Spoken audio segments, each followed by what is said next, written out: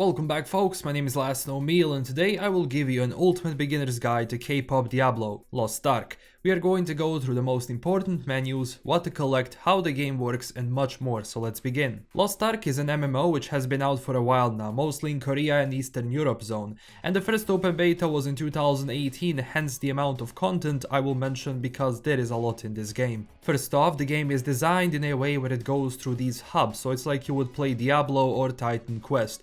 You move from one place to another, but keep in mind the entire world of the game is vast and a lot of has to do with endgame content, but of course each zone of the map is separated into different levels. First off, let's start with the character creation screen. Lost Ark has so far 7 main classes. Keep in mind a lot of them are gender locked, so a gunner male and gunner female will play differently, but I will go into that in a second. So you have a warrior class which separates into berserker, gunlancer and paladin, each being essentially different with their skills, abilities, the way they move, act, look and the way you play them and more. Once you start the game you can choose one subclass and you go from there through your entire experience unless you decide to go for alt characters, which is welcomed because most of your progress is account wide. Then a mage can be a bard and sorceress, again useful in their own ways. Martial artist female can be a war dancer, scrapper and soulfist, while the male variant of martial artist is striker, so again totally different classes.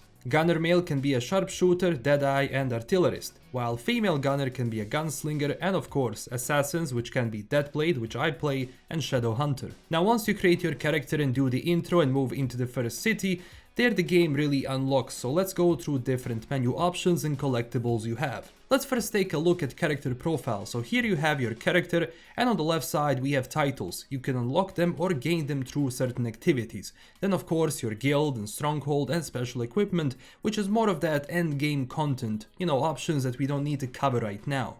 On the right, your standard combat stats and basic stats, including your equipped power level. Changing items is easy, enemies will drop them, and if the item is better it will have that little arrow up.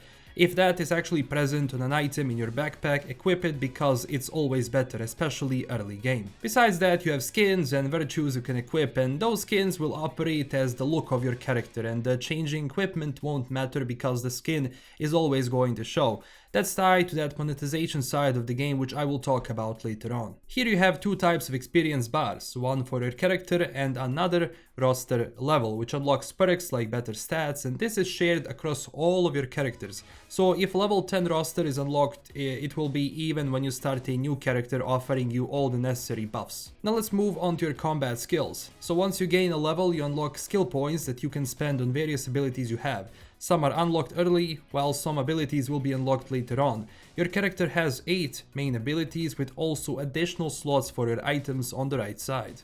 So once you get a skill level, you can use that to increase power level of each ability, giving you optional powers, like maybe you want this specific ability to have more radius, maybe better cooldown or more damage, or maybe you want fire damage on that thing.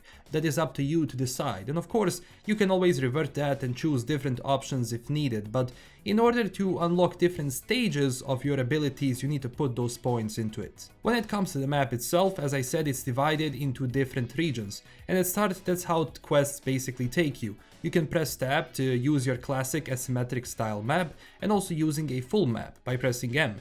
You can also teleport to different areas you unlocked within the island itself. Not if you sail to another one, you have to go back to that continent or the island to have an ability to teleport within that island. But nevertheless, teleportation costs some money. If you have the Crystal Benefactor though, that's like a monthly sub that gives you certain perks. Not as in pay to win, but makes some things free and enhances other things which I don't want to go into right now, but as you can see right here, this is what it does. Overall, it pretty much helps out with the character and stronghold, but it makes the game a little bit easier, but it won't make you powerful in any way, shape or form. But again, even without it, the cost of teleportation is minimal and won't impact the amount of money you have because enemies and quests give you enough. Now let's talk collectibles. This game has a lot, and when I say a lot, I mean a lot of stuff to collect, so if you have OCD, good luck. The game features island tokens, giant hearts, omnium stars, masterpieces, Mokoko seeds, Ignia token, roll 3 leaves, and see bounties. All of these things when collected will gradually give you rewards, like for example the real reason why people play this game is collecting Mokoko seeds. You find across the map, starting with the first city, and they are well hidden, but there are guides if you want to have a precise location of each item. I recommend those websites for collectors, because if you really want to go and not miss anything, then definitely that's for you. And because the game has been out for a while, you have all kinds of positions of different stuff on the map on the internet, so you can find it. And of course, those rewards that you get for collecting these things are huge. They will give you titles, mounts, skins for your ship, for yourself. It's just amazing all across the board, but of course it requires a lot of time. Next up we have the Adventures Tome, and that represents how much of a continent or an island you discovered, meaning that the more you discover, the more unlocks you have for that specific continent, which can result in different rewards. Like for example, you can collect Mokoko seeds, going to these vista points where you can basically scan your surroundings, also by finding hidden stories around the map. All of this is also going to give you XP, but ultimately you want to be collecting those adventure points. As you can see, by finishing 100% you get a sick reward, and that is for each continent you actually visit. The game also features dungeons in almost every region of the map, so per zone you will have one dungeon. You can do those alone or with friends or randoms. It's not hard for solo runs, and you can choose which difficulty you want.